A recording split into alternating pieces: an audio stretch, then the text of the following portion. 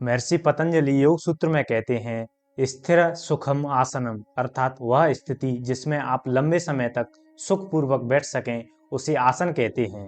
प्रणाम भाइयों और बहनों, स्वागत है आपका एक और नए वीडियो में।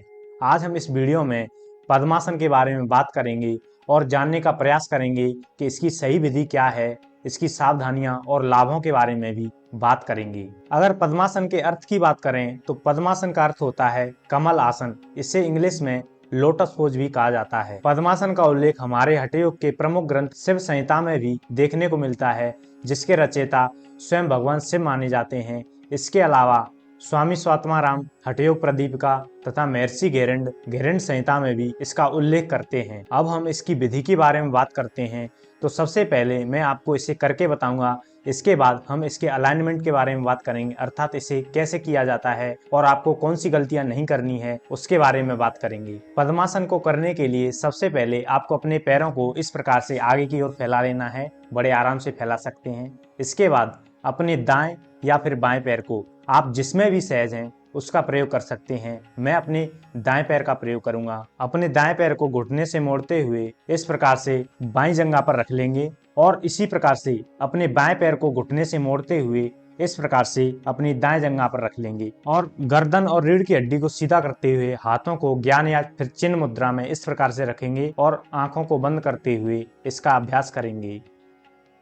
अब हम इसके अलाइनमेंट या फिर इसकी विधि के बारे में बात करते हैं। तो जब भी आप पद्मासन का अभ्यास करते हैं तो आपको घुटनों, टखनों या फिर हमारे जो दोनों पैर हैं वो जहां भी स्पर्श होते हैं वहां आपको दर्द होने लगता है। तो इसका अर्थ है कि आप सही प्रकार से पद्मासन की विधि के अनुसार इसका अभ्यास नहीं करते, इसलिए आपको दर्द होता है। अब मैं इसके अलाइनमेंट के बारे में बात करता हूँ। तो अलाइनमेंट को समझने से पहले हम आपको दो चीजें समझाना चाहेंगे। पहला है हमारा नी जॉइंट और दूसरा है हमारा हिप जॉइंट, क्योंकि इसमें हमारे नी जॉइंट और हिप जॉइंट दोनों का ही प्रयोग होता है, अतः आपको इन्हें समझना बहुत आवश्यक है। तो सबसे पहले हम अपने नी जॉइंट के बारे में बात करते हैं। तो हमारा जो नी जॉइंट है वो एक हिंज जॉइंट है, अर्थात हमारा नी जॉइंट केवल और केवल एक ही दिशा में मूवमेंट कर सकता है।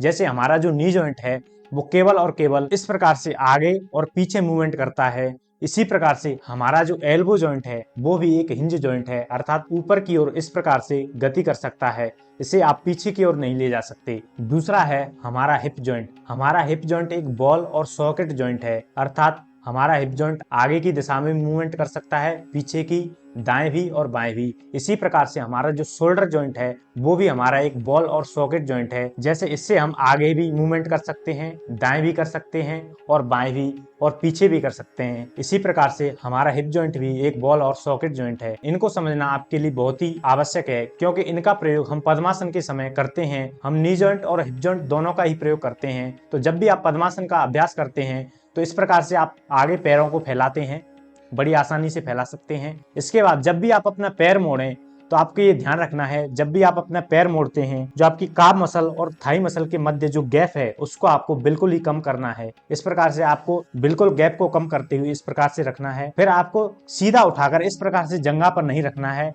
अगर आप इस प्रकार से रखते हैं तो आपका पूरा प्रेशर आपके नी जॉइंट पर आता है और आपको दर्द होने लगता है। आपको इसके लिए पहले इस गैप को समाप्त करना है बिल्कुल ही। फिर आपको इस प्रकार से पकड़ते हुए अपने हिप जॉइंट का प्रयोग करना है, इस प्रकार से। इसके बाद दूसरे पैर से भी थाई और काफ मसल के बीच के गैप को समाप्त करेंगे और इस प्रकार से उठाते हुए अपनी जांघ के ऊपर रखेंगे। इसमें आपको ध्यान रखना है नी जॉइंट और हिप जॉइंट दोनों का ही आपको प्रयोग करना है। इस प्रकार से थोड़ा सा एडजस्ट करेंगे और आप ये बड़ी सरलता के साथ पद्मासन की स्थिति में आ गए। अपनी गर्दन और रीढ़ की हड्डी को सीधा करते हुए हाथों को ज्ञान या फिर चिन्ह मुद्रा में घुटनों पर रखेंगे और आंखों को बंद करते हुए अपनी बॉडी को ऑब्जर्व करने का प्रयास करेंगे।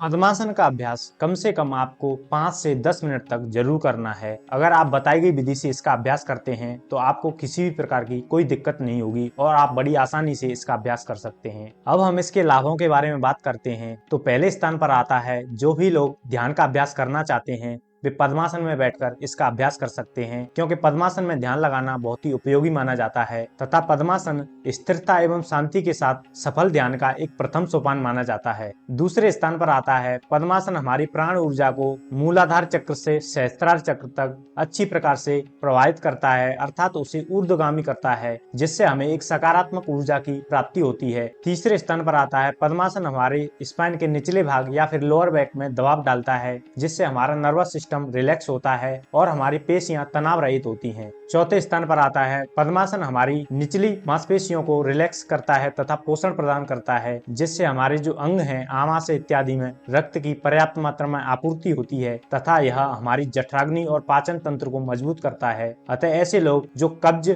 एसिडिटी, अपच जैसी समस्याओं से ग्रसित हैं, उन्हें इसका अभ्यास जरूर करना चाहिए। पद्मासन नींद से जुड़ी समस्याओं के लिए बहुत फायदेमंद है। आजकल हम भागदौड़ भरी जिंदगी और स्ट्रेस के चलते अनेक प्रकार की नींद की समस्याओं से ग्रसित होते जा रहे हैं। अतः ऐसे लोग जो इंसोमेनिया, बार बार नींद खुलना या ठीक प्रकार से नींद नहीं आना, उन्हें पद्मासन का अभ्यास जरूर से जरूर करना चाहिए। इसके अलावा यदि आप डेली पद्मासन का अभ्यास करते हैं, यह हमारे ब्लड प्रेशर को रेगुलेट करने का कार्य करता है, जिससे हृदय से जुड़ी बीमारियों का जोखिम कम हो जाता है। अब हम इसकी सावधानियों के बारे में बात करते हैं। तो जैसा कि आपको पता है, पद्मासन हमारी लोअर बैक को इफेक्ट करता है। अतः ऐसे लोग जिन्हें साइटिका की समस्या है, उन्हें इसका अभ्यास नहीं करना चाहिए। अगर करते हैं तो उन्हें अपने डॉक्टर की सलाह जरूर लेनी चाहिए।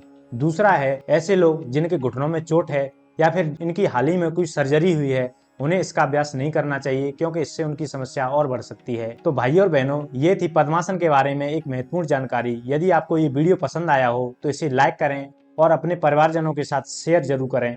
यदि आपका कोई भी सवाल है तो हमें कमेंट के माध्यम से जरूर पूछें। धन्यवाद।